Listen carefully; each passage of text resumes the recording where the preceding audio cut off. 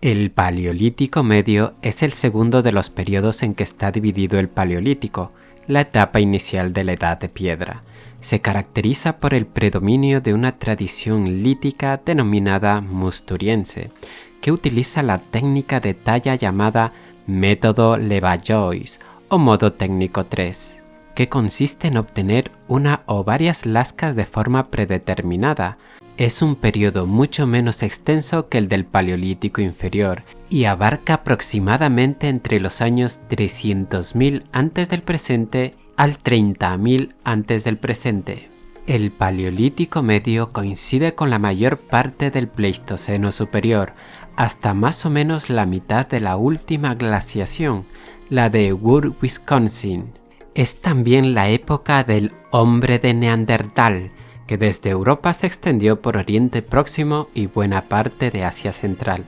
Inicialmente, el Paleolítico Medio fue definido por la existencia del hombre de Neandertal, especie de la cual se suponía estaba en la línea de evolución del género Homo hacia el Homo sapiens. Pero la realidad ha resultado más compleja, y a tenor de los datos actuales, el hombre de Neandertal no antecedió al Homo sapiens, sino que fue una especie de origen europeo que durante 150.000 años tuvo una existencia paralela al Homo sapiens, originario de África y contemporáneo suyo.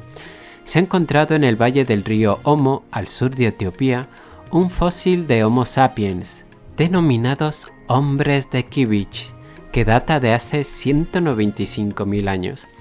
Además, se ha demostrado que en Asia Oriental el Homo erectus sobrevivió en un área extensa mientras las otras dos especies se dispersaban por el planeta, dando origen además, en ciertas áreas de la actual Indonesia, a una cuarta especie, el Homo floresiensis, con una adaptación especializada a los bosques. No hubo pues un proceso lineal de evolución y la visión inicial del Paleolítico Medio resultó ser básicamente europea, verificable solamente en aquellas áreas donde el Homo sapiens reemplazó al hombre de Neandertal tardío, es decir, en Europa y el oeste de Asia hasta Irán y Uzbekistán, pero no en el resto del continente asiático, ni mucho menos en las regiones de África donde surgió el Homo sapiens. Como se ha dicho anteriormente, el cambio cultural característico del Paleolítico Medio coincidió con la aparición y expansión de esta nueva especie de Homo, el hombre de Neandertal, descendiente del Homo heidelbergensis. Este último homínido dominaba el escenario europeo desde hace por lo menos 500.000 años y hasta hace unos 150.000 años. Los utensilios asociados con los fósiles del Homo heidelbergensis consisten básicamente en piedras de cortar y algunas herramientas de lascas como puntas y raspadores de madera, hueso y astas, siendo los iniciadores de esta técnica. El bifaz, también llamado hacha de mano, formaba parte de su equipamiento tecnológico, de grandes dimensiones. Está tallado por ambas caras y su utilidad era muy diversa, sirviendo tanto para curtir pieles como para trabajar la madera. Parece ser que se organizaban en pequeños grupos con una cierta cohesión social, ya que se conocen mandíbulas totalmente desdentadas, lo que indicaría que el individuo, tras perder su dentadura, siguió viviendo y comiendo gracias a la ayuda de sus congéneres, demostrando actitudes de generosidad y compasión.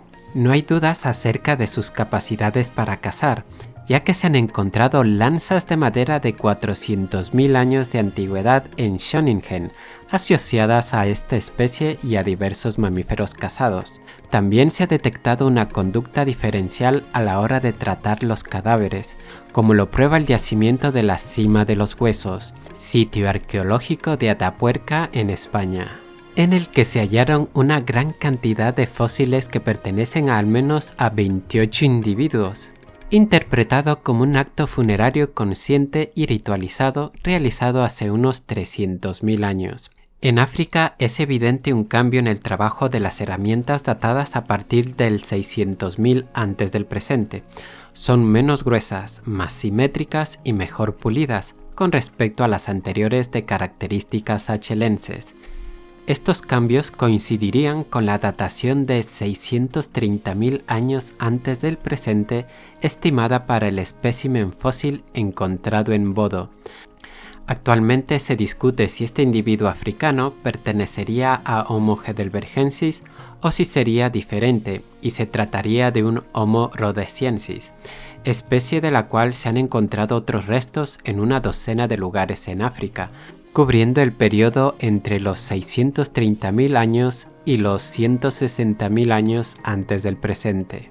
Empieza a reconocerse la datación específica del Paleolítico Medio en África. En Kenia y Etiopía se han encontrado los útiles más antiguos de este periodo. En las cercanías del lago Eyasi, Tanzania, fueron encontrados fósiles de por lo menos 2 individuos designados en 1939 como Africanthropus jaracensis, asociados con una industria del tipo Levallois, que se ha datado en 250.000 años antes del presente, y que varios expertos clasifican ahora como perteneciente al Homo rhodesiensis. Pero este periodo también coincide con los restos más antiguos del Homo sapiens. La industria lítica fauresmitiense, descubierta en la localidad de Fauresmith, Sudáfrica, consta de bifaces, hendidores, raederas y lascas Levallois. Probablemente de ella derivó la industria stilbayense, ampliamente extendida por la región del río Clasies en la provincia del Cabo. Se caracterizan por artefactos líticos como puntas foliáceas, lanceoladas y pequeños bifaces, así como la presencia de arte y adornos en la forma de conchas perforadas y pintadas con líneas rojas, datadas sobre 75.000 años antes del presente, y piezas de arcilla con grabados geométricos hacia el 70.000 antes del presente. En los oasis de El Fayum y Karga, en Egipto y en el Magreb, se han encontrado también herramientas Levallois. Además, en esta región del norte de África hay evidencias de industria musturiense, como en la cueva de Taforal, Marruecos, y en algunos casos restos del hombre de Neandertal, como en la cueva de la Cabililla cerca de Ceuta, España, que demuestra que los neandertales eran capaces de cruzar el estrecho de Gibraltar. El complejo tecnológico estilístico denominado industria musturiense o modo técnico 3 se caracteriza por una técnica de talla lítica, el método Levallois, cuya existencia ha sido constatada a finales del periodo anterior, pero que en este se generalizó. Consistía en preparar un núcleo para obtener cortantes y gruesas lascas a base de realizar muescas directamente sobre el sílex. Los artefactos obtenidos así presentan una clara homogeneidad dentro de las diversas variaciones tipológicas, que aumentaron con respecto al periodo anterior, apreciándose también una mayor especialización de las herramientas. El musturiense ha sido tradicionalmente relacionado con la expansión del hombre de Neandertal por Europa y áreas africanas y asiáticas vecinas. La nueva técnica de talla implicaba una capacidad de planificación inexistente en etapas anteriores. Coincidiendo con esta nueva técnica, aparecen en el registro fósil los primeros encéfalos, con 1.400 centímetros cúbicos de volumen.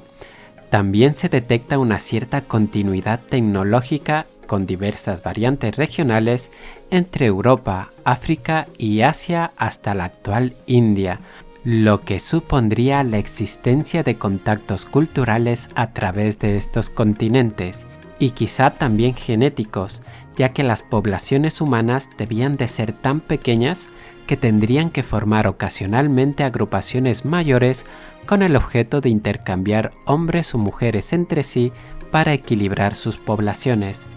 No solamente los neandertales fabricaban artefactos musterienses, sino que los Homo sapiens descubiertos en los yacimientos de Eshkul y Kafse en Palestina y datados en unos 100.000 años de antigüedad también lo hacían, lo que demostraría que compartían con los neandertales ciertos aspectos culturales. La época de los neandertales ocuparía entre los 127.000 y los 40.000 años antes del presente, además de un periodo de convivencia con el Homo sapiens, que habría durado hasta hace menos de 30.000 años, momento en el que los neandertales desaparecieron completamente.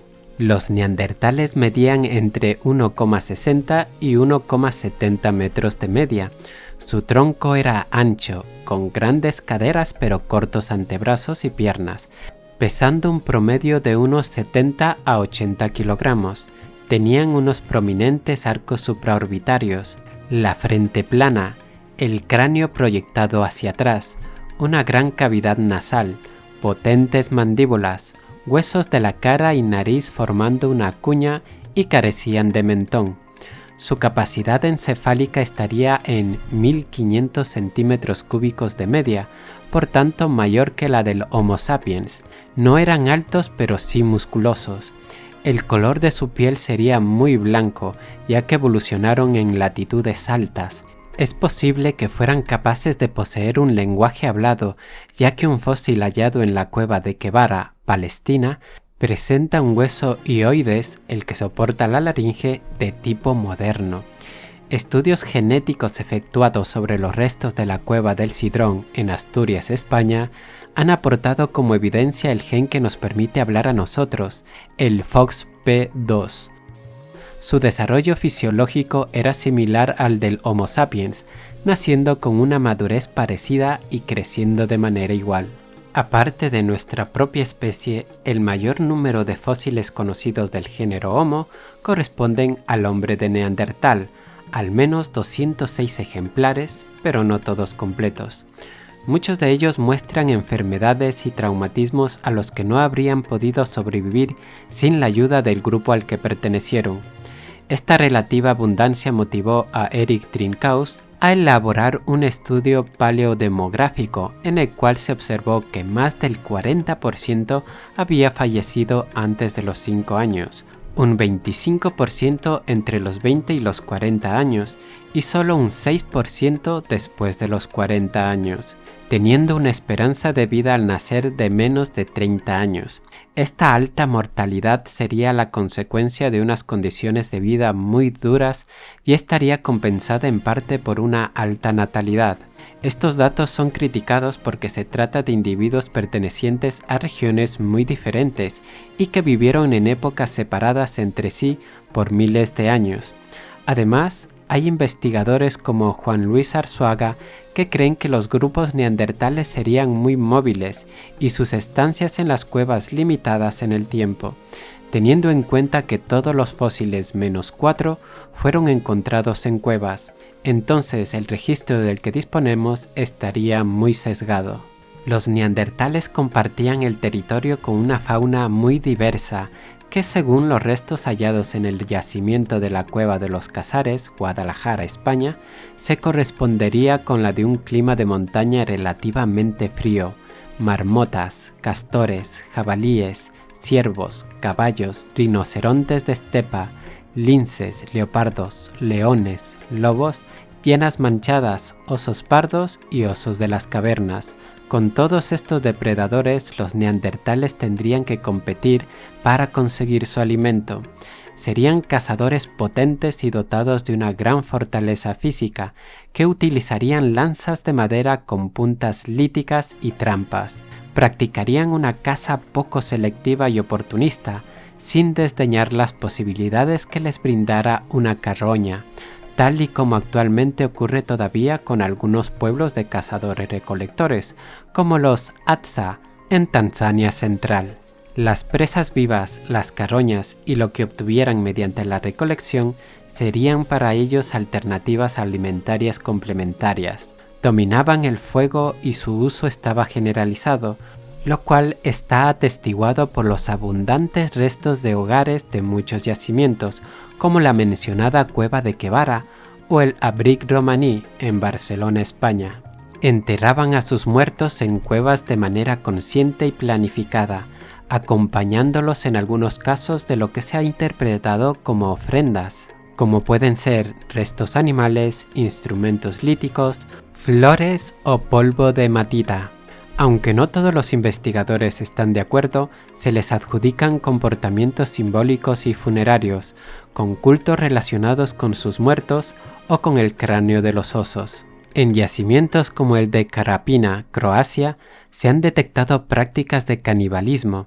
Habitaban en cuevas y abrigos rocosos allí donde los había, apareciendo en algunas de estas cuevas obras de acondicionamiento, así como zonas de trabajo o habitaciones específicas.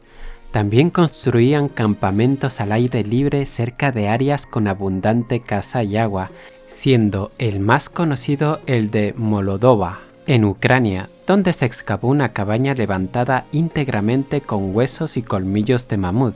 Según cada vez más autores, se podría afirmar que eran tan humanos como nosotros, en el sentido más espiritual, sentimental y mental del término. Los últimos neandertales conocidos son de hace unos 32.000 años, o algo menos, y han sido hallados en las regiones de la península ibérica, situadas al sur del río Ebro, que actuaría de frontera con los cromañones, que ya por entonces ocuparían el área cantábrica y el resto de Europa. Algunas poblaciones neandertales sobrevivieron durante unos milenios a la expansión de los cromañones por Europa hace unos 40.000 años, en zonas del Cantábrico, Francia, Italia o Bulgaria.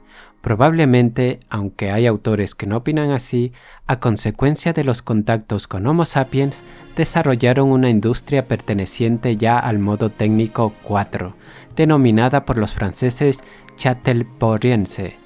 De igual manera, apareció entre estas poblaciones aisladas de sus congéneres el gusto por el adorno personal, evidenciado por la aparición de cuentas de collares y grandes cantidades de ocre rojo en yacimientos como el de la Cueva del Reno, en Arcy-sur-Cure, Francia. Su extinción y sustitución por los humanos modernos coincidió con los últimos momentos y los más duros de la Edad de Hielo, cuando el litoral mediterráneo se convirtió en una estepa fría. Y eso es todo por hoy en Historia Infinita. Si te ha gustado el vídeo no olvides suscribirte, darle a me gusta y a la campanilla para que te lleguen las notificaciones.